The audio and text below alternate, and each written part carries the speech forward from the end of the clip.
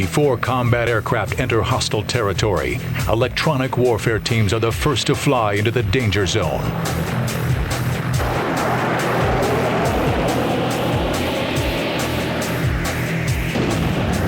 By attacking an enemy's air defense system, electronic warfare destroys an opponent's ability to see.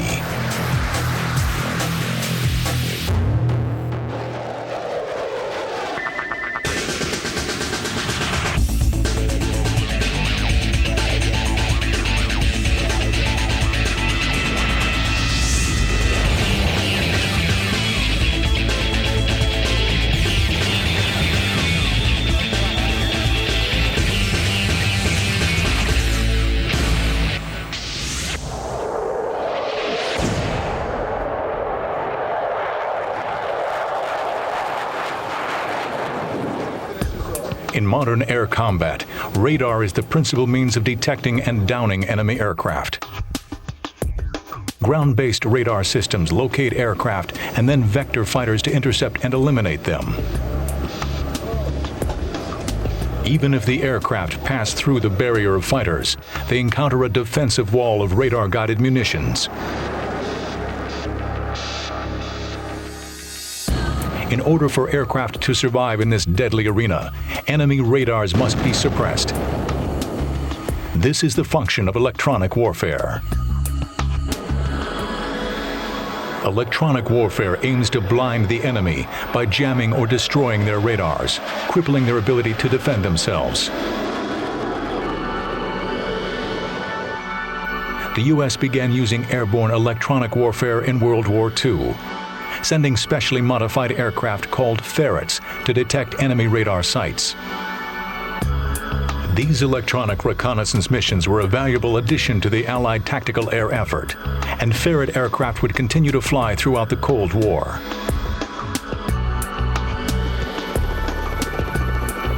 During the Vietnam War, the enemy's use of sophisticated radar systems posed an enormous threat to U.S. aircraft.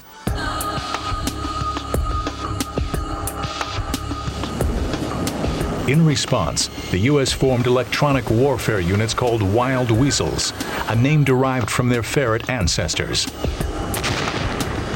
Unlike the ferrets, the Wild Weasels not only located enemy radars, but attacked them as well.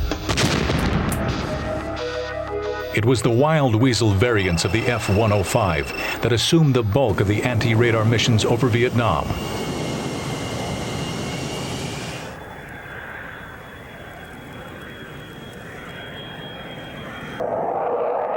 In modern air warfare, several different types of aircraft perform an attack mission, working in unison in what is called a strike package.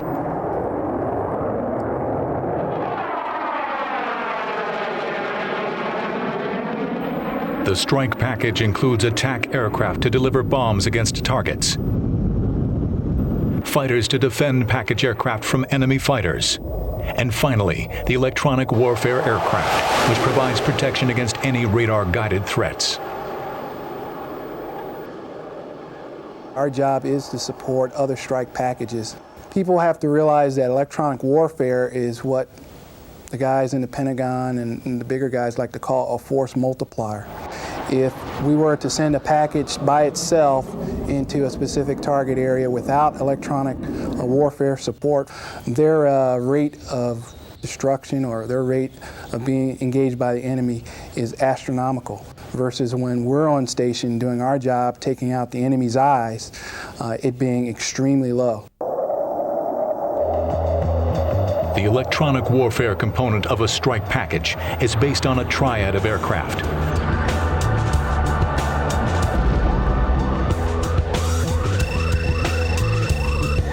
Wild Weasels such as the F-4 Phantom and the F-16 Fighting Falcon attack and destroy radar sites directly with weapons.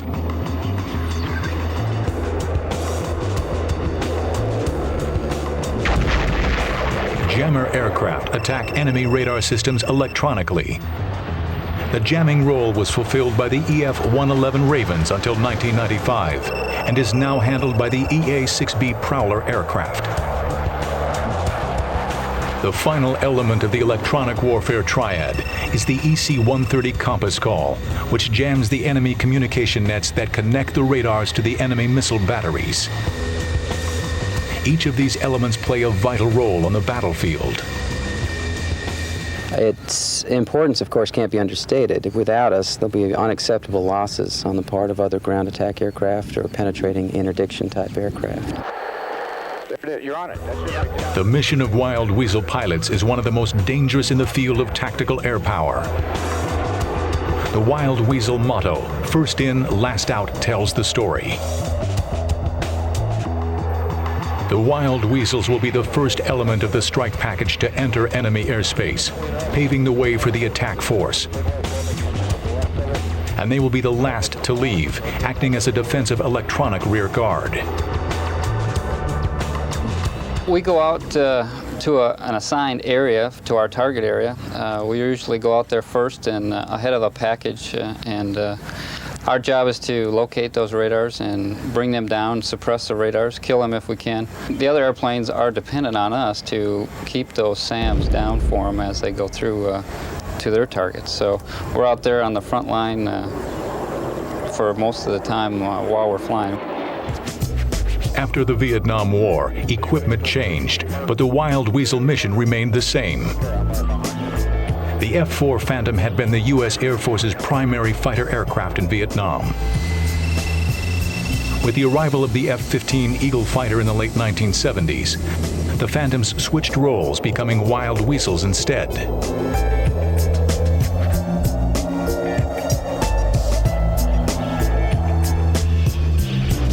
As aircraft technology improved, the equipment changed once again. The last use of an F-4 as a Wild Weasel was over southern Iraq in January 1996. Today, the Wild Weasel role has been filled by the F-16 CJ Fighting Falcon. The Falcon is an ideal successor to the F-4 Phantom, well suited to the electronic warfare role. While it is not as large an aircraft, it is capable of carrying the many electronic sensors needed to detect enemy radar emissions. As with the Phantom, the fly-by-wire flight controls of the F-16 reduce the need for a second crewman. This places a tremendous workload on the Falcon pilot. Not only must he pilot the aircraft into the target area and return safely, avoiding terrain when flying at low levels, but he must also search for air-to-ground targets and be aware of any airborne threats that might sneak up. The Wild Weasel pilot thrives in the suppression of enemy air defenses. He's an aviator who can intimidate by mere presence and devastate an enemy's defenses.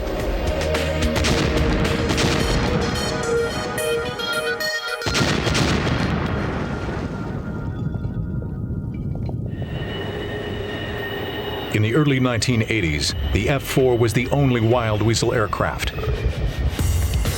A pair of F-4s would work as a hunter-killer team. Specially modified F-4Gs acted as the hunter, sniffing out enemy radars, while F-4E fighters carried the weapons to attack the radars.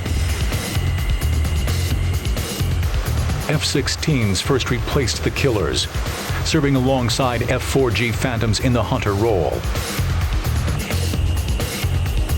The smaller F-16 was more agile than the older F-4 and better able to defend the hunter-killer team against enemy fighters. This configuration, despite its advantages, took some adjustment. I think the hardest part for me to transition to that was trying to transition to the relative size and the difference. And when you start flying with F-4s and other F-4s, you learn to visualize the turns and how fast they can turn and how quickly they can react. When you first start flying with an F-16 that's got an instantaneous turn rate and instantaneous acceleration, you can no longer predict like you used to with other aircraft where he's going to end up. And he's significantly smaller than we are, so that makes it very hard to keep him in sight, especially in weather where the visibility may be very low or the cloud decks. And so if you start pushing him out too far, it gets to be very challenging to keep him in position where he can react quickly to threats behind you threats that may be shooting at you, or to get him into position where he can employ his ordnance. It was improvements to the F-16 and advances in electronics that finally led the Air Force to retire the F-4G, replacing it with the F-16CJ, which now serves as both hunter and killer. The F-16CJ's offensive punch comes from the AGM-88 HARM missiles it carries.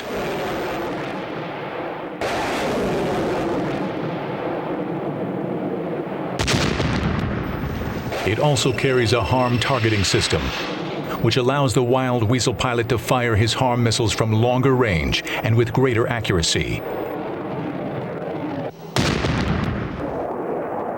When it is not accompanied by an EA-6B Prowler, the F-16CJ can also carry an electronic jamming pod for self-protection.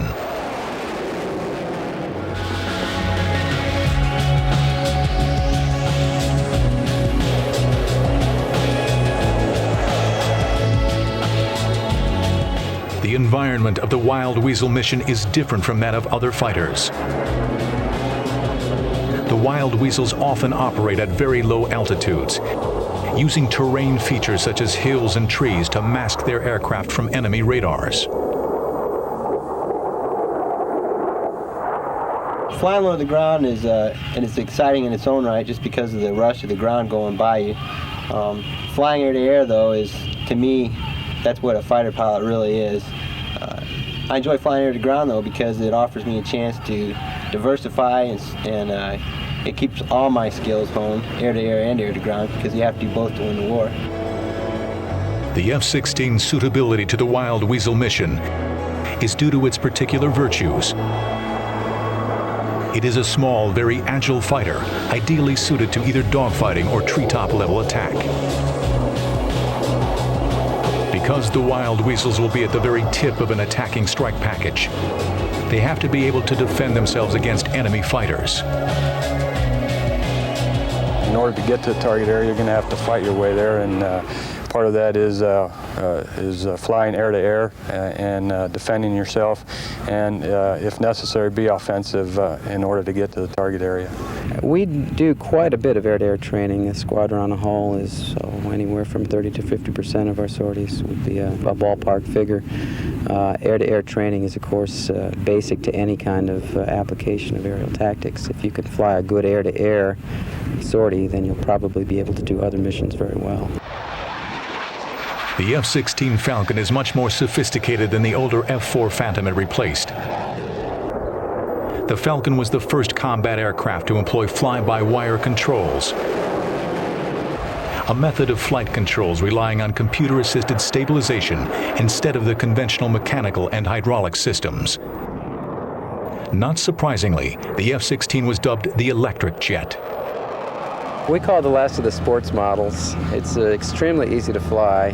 Very sophisticated electronics, avionics suite make it a system that doesn't require a whole lot of attention on the part of the pilot to flying the airplane. It gives us a lot of freedom to be looking outside and working on the tactical portion of our mission rather than on trying to fly the airplane itself. It is an age-old rule of air combat that it is the enemy you can't see who is your greatest threat. For this reason, the F-16 was designed to give the pilot unparalleled visibility from the cockpit.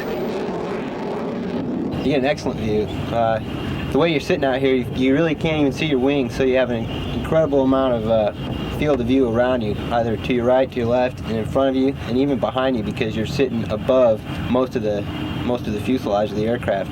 So it offers you the best view of any aircraft in the Air Force now.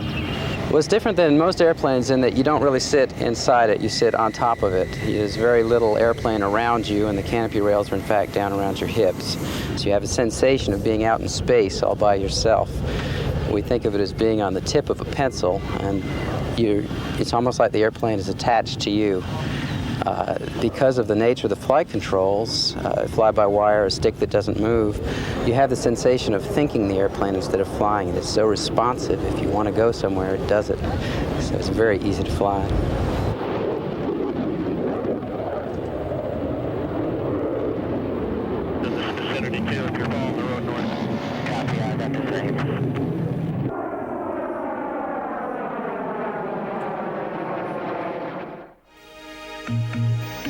The complexity of wild weasel missions, even during peacetime training exercises, requires considerable preparation. Okay, I've got 20 seconds to teach Each this. mission begins with a pre-flight briefing.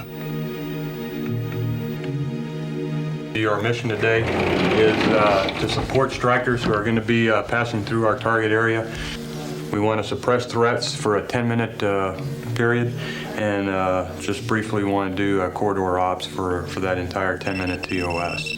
I'll set up the scenario so that we go wild weasel versus fighter. And I'll designate that. I'll designate the blot so that we're avoiding each other by 1,000 feet. Okay, now in the target area, Craig. We're facing a divisional size threat array with all the associated radars and surface-to-air missiles, AAA. Okay, things to remember, fence check, entering the target area. Think about the threat. As soon as we hit 51, heading up towards the north there, we plan to stimulate the threat. We'll drive straight at them into about 10 miles. Shot timing, we want to space our shots to cover our time on station. We've got 10 minutes in the area and want to be getting missiles off to cover that whole period. First one we'll call a kilo type attack, basically in-trail shot. You'll see us turn inbound to the threat with no other visual signals. You'll end up in about a 1 to 2 mile trail there. The preparatory signal for the shot is a wing rock. Okay, when you see the wing rock, go ahead and set your switches for primary threat if we break left and secondary threat if we break right.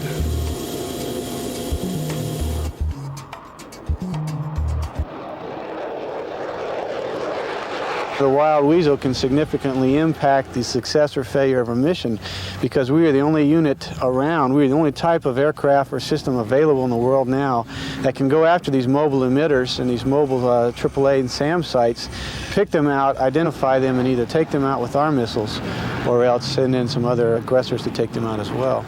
The strike package is going to try to punch a hole in there, and that's kind of what we want to try to do, is open the hole, make it safer for them to pass through and then come on back. We're the first ones in, we can protect ourselves air to air. We're the last ones out, again we can protect ourselves.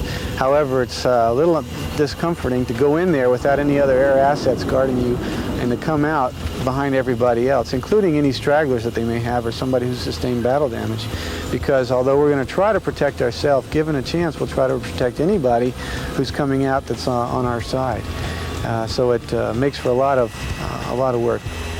We'll take as many harms into battle as we can. The harm is, we like to call it, one of those wish you were dead weapons, because once it comes off the rail, if the emitter is still up there and emitting at the time it comes into impact, the harm will not only destroy it explosively, and in some instances has been known to spear the radar antenna itself. It's that accurate. So we will take as many harms out there as we can. Being a good wild weasel crew, you have to be able to talk and coordinate, and there's just so much going on. And all the TAF, I think it's probably the single hardest job that there is to be very good at it, because you just have to know so much. Not only do we use everybody else's ordnance, but we use our own, and so we have to know everything about all of that, as well as all the threat systems as well.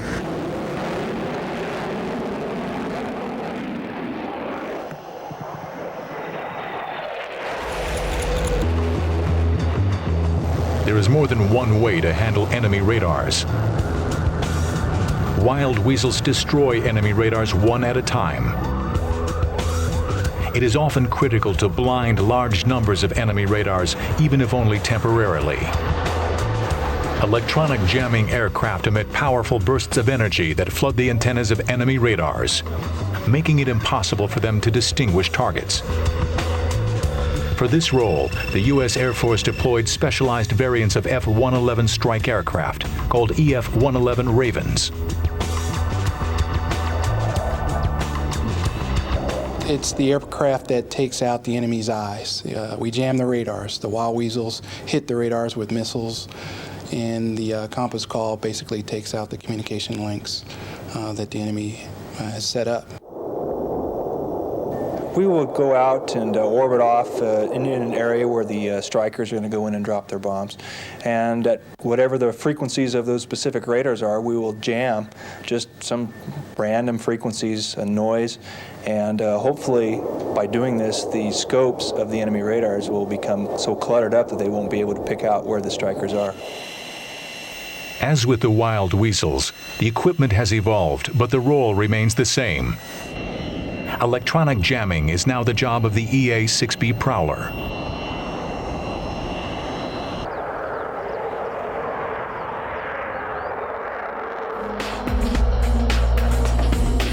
Whereas the EF-111 Raven had a crew of 2, the Prowler has 4. 1 pilot and 3 electronic countermeasure officers who operate the tactical jamming system, as well as the HARM missiles carried for enemy surface-to-air radar suppression and destruction. Prowlers operate at higher altitudes, so their jamming systems will cover a wide area below them.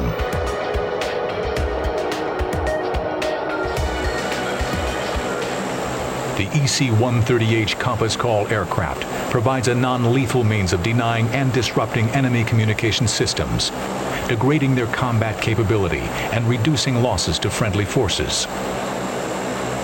Specifically, the modified C-130 aircraft uses noise jamming to prevent or degrade the transfer of information essential to command and control of weapon systems and other resources. The Compass Call has a crew of 13, only 4 of whom pilot and navigate the plane.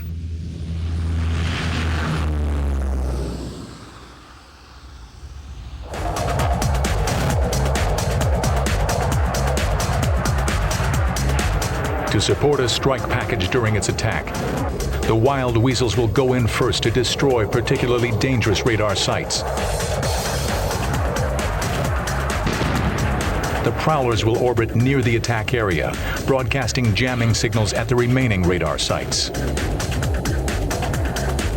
Other jamming aircraft, such as the Compass Call, will come in as the third leg of the electronic warfare triad to jam the radio links between radar sites and command centers.